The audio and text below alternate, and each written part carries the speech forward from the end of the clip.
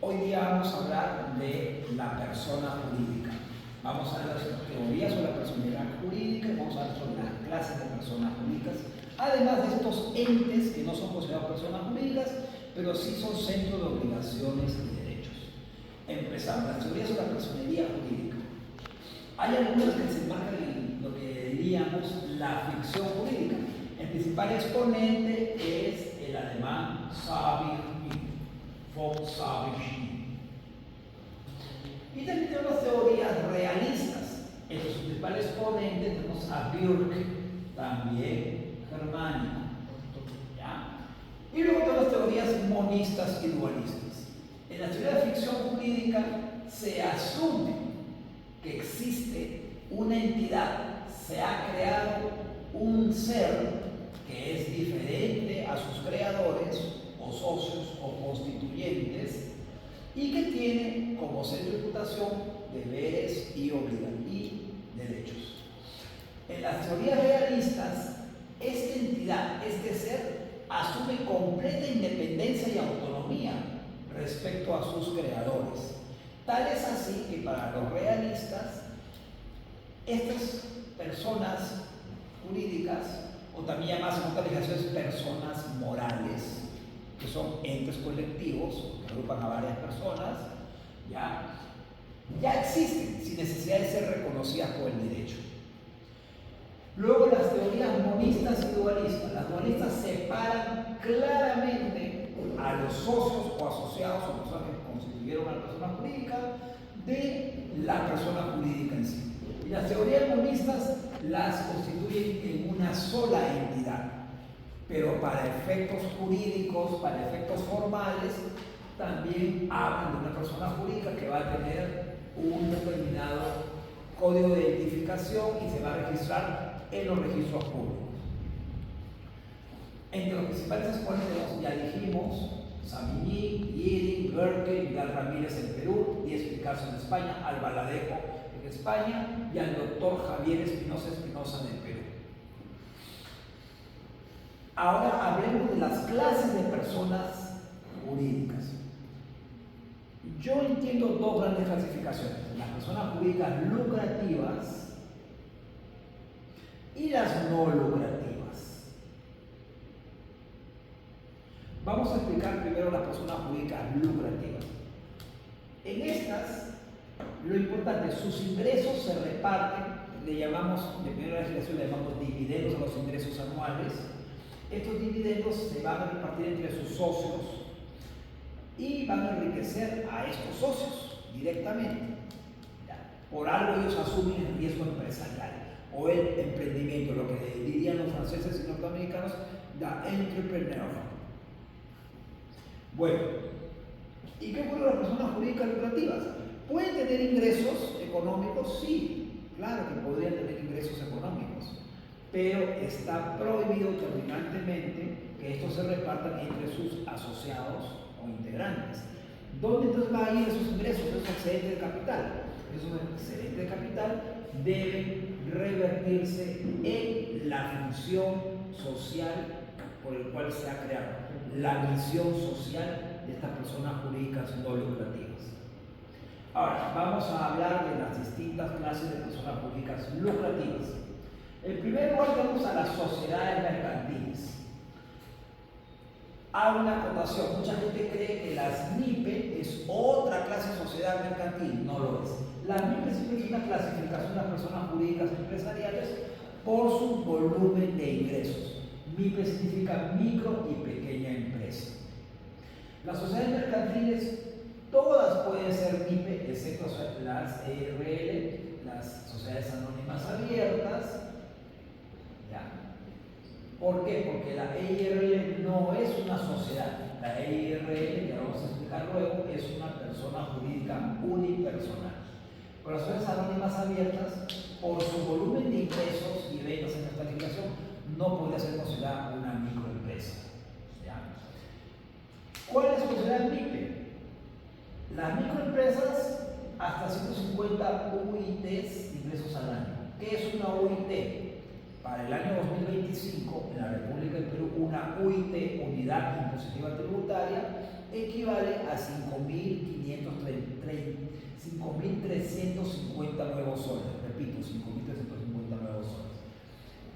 Esta es una microempresa. Y una pequeña empresa es la que tiene ingresos anuales menores o iguales a 1.700 UIT.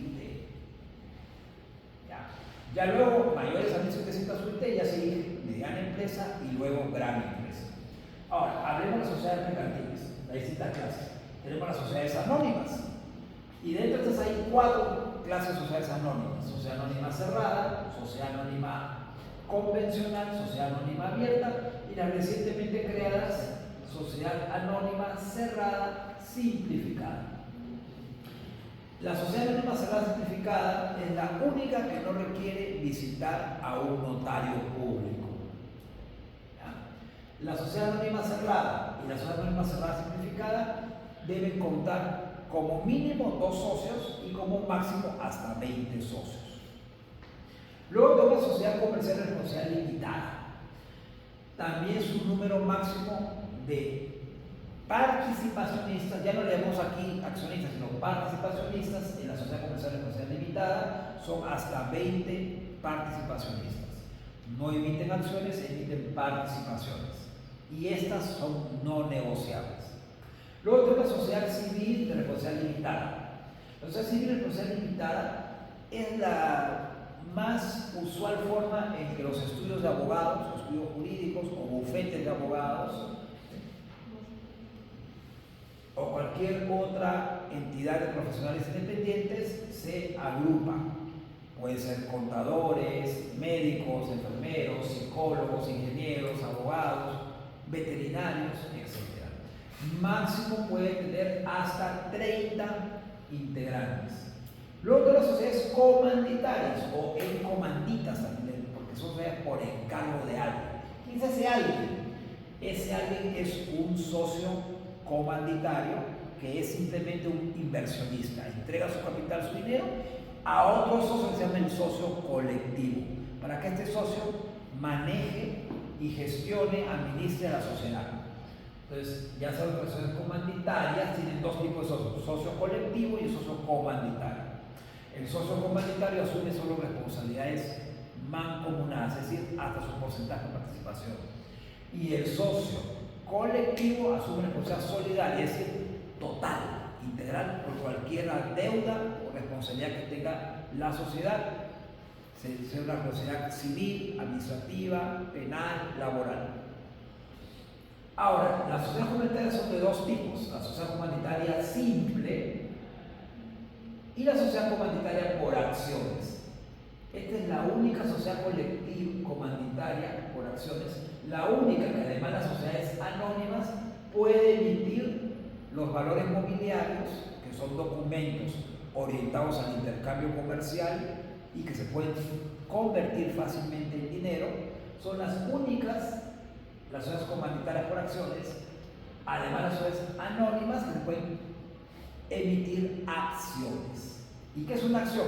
Es un valor alícuota que representa el capital societario. Ahora, tenemos también las sociedades colectivas. Cosa curiosa en la legislación peruana, la sociedad colectiva es la única forma societaria en Perú que acepta aportes no dinerarios, no en dinero en efectivo, no en capital, ni tampoco es exigible que hagan aporte los socios de bienes de capital. O sea, no necesitan maquinarias, inmuebles, equipos o instrumentos. Es una cosa muy curiosa la sociedad colectiva. No necesita aportes en capital o en bienes. Luego tenemos a las empresas del Estado peruano en este caso. ¿Ya? Las empresas del Estado se pueden también crear bajo cualquier forma societaria, aunque la exigida por ley es la sociedad anónima de empresas del Estado.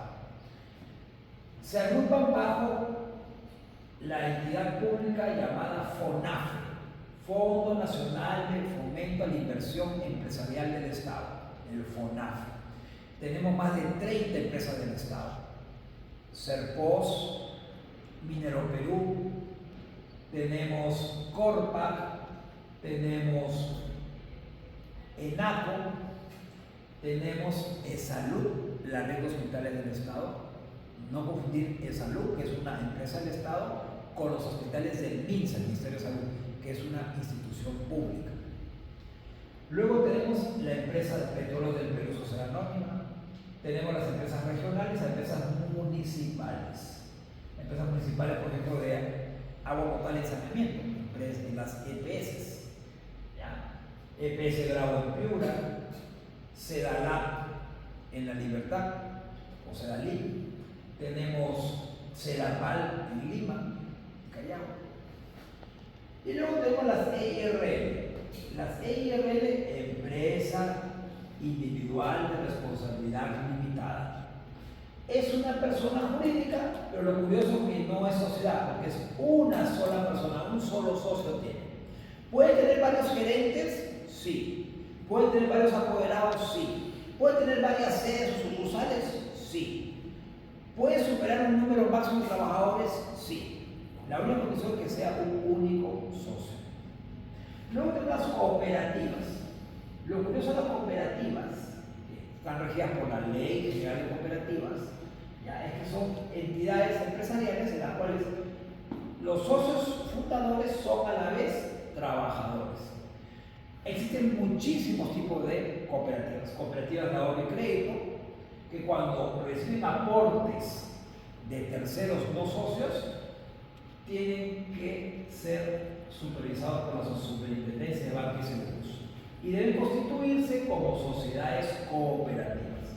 Es una exigencia de la Ley General del Sistema Financiero de Seguros y Orgánica de Superintendencia de Banca y Seguros, más conocida como Ley de Banca. Luego tenemos la cooperativa de trabajadores, cooperativa de servicios múltiples, por ejemplo, los mercados en algunos distritos del Ipe Callao. Los mercados que vemos en una zona son entidades privadas y se conforman bajo la forma de cooperativas de servicios públicos. Ahí tenemos algunas funerarias privadas. Ellas son cooperativas de auxilios mutuos. Luego la cooperativa de transportes, de taxis y de otros vehículos. Y otra forma, cooperativa pro vivienda, ayuda. Bueno, esas son las tres formas de personas lucrativas. Ahora vamos a hablar de las personas jurídicas no lucrativas. ¿Ya? Las instituciones públicas o del Estado, que pueden ser nacionales e internacionales, como los organismos internacionales. ¿Ya? Luego tenemos asociaciones civiles que las contempla el Código Civil peruano, promulgado por el Decreto Legislativo 295. ¿En qué año? 1984. Las asociaciones civiles pueden ser de diferentes formas: asociaciones civiles educativas, culturales, deportivas, religiosas y políticas. Y también se incluye dentro de las asociaciones civiles a las juntas de usuarios de riego. Son organizaciones de tipo rural en las zonas agrícolas, ya que se constituyen bajo la forma de juntas de regantes o comisiones de riego, distribuyen el agua para los cultivos y la ganadería. Su forma más cercana es una asociación civil. Luego tenemos los comités.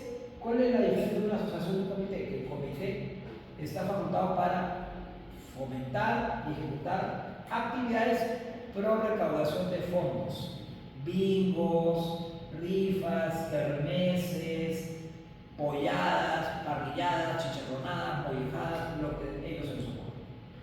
Y luego las fundaciones ya tienen asignado un capital desde su constitución, las fundaciones.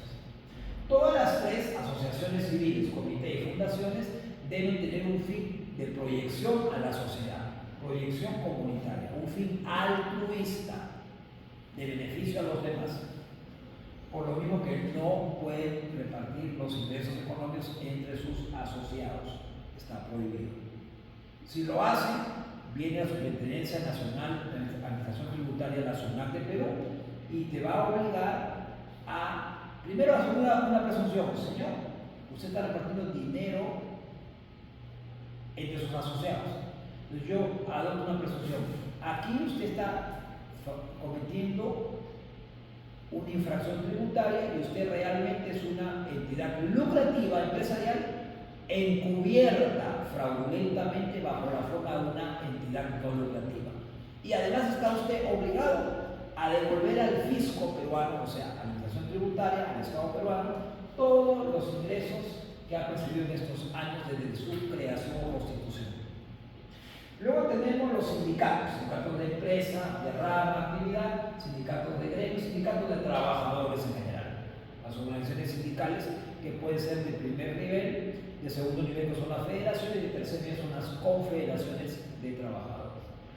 Luego tenemos las comunidades campesinas y comunidades nativas. Luego tenemos los colegios profesionales de abogados, de ingenieros, de médicos, de enfermeras, médicos veterinarios, de psicólogos, de ingenieros, entre otras carreras profesionales. Luego tenemos los organismos internacionales. Vamos a hablar algo importante. ¿Ya? No son personas jurídicas, ¿ya?, aunque tributen, paguen impuestos, tasas, contribuciones, y sean centro de obligaciones y derechos, lo son, pero no son consideradas personas jurídicas. Ahí tenemos las sociedades no inscritas o regulares, y lo coloco con líneas punteadas porque en la doctrina algunos doctrinarios dicen que sí es una real persona jurídica, lo que pasa que es informal. Y bueno, yo soy una postura que no llega a ser una persona jurídica, pero está muy cercana a ella. Luego las sociedades conyugales, las sucesiones individuales, fallece un causante y sus herederos todavía no han repartido los bienes de la herencia. Son las sucesiones no testamentarias, las sucesiones indivisas. Luego los fideicomisos, mejor dicho, el patrimonio fideicomitido. El fideicomiso nace de un contrato de fideicomiso. Y los consorcios empresariales. Ya, estos no son personas jurídicas. Ahora, vamos a hacer dos acotaciones más. También existen personas naturales con negocio o actividad empresarial. Ya. O sea, no todas las personas jurídicas tienen que constituirse bajo estas formas. Ya. También puede una persona natural que tenga negocio o actividad empresarial. ¿Cuál es el problema? A él no le protege la figura del velo societario. Es decir, como no existe persona jurídica, él mismo responde por cualquier deuda o obligación de tipo tributario, laboral, comercial, bancario, etc. Ahora, y un último tema, ¿cómo se crean las personas jurídicas? Todas se crean, o constituyen o conforman por la voluntad de sus creadores. Esta voluntad, o también llamado el acto jurídico constitutivo o creador, ya puede ser una voluntad colectiva. Si es privada, se llama el acto jurídico que le llamamos el contrato societario. Ese contrato societario crea una persona jurídica de tipo empresarial en la clase de sociedad mercantil. También puede haber una voluntad unilateral que por autoridad de la máxima función en el Estado cree, a través de una ley o un decreto legislativo, crean una persona jurídica pública. ¿Ya? Entonces, esas son las maneras como las creamos. Y las personas jurídicas no lucrativas se crean por el llamado acto constitutivo. Las privadas, lucrativas y no lucrativas, acuden a un notario público. Las públicas se crean por ley, aprobada por el Congreso o por delegación de facultades del Congreso de la República, Poder Legislativo, al Poder Ejecutivo. Y bueno, esto es todo por hoy día. Muchas gracias.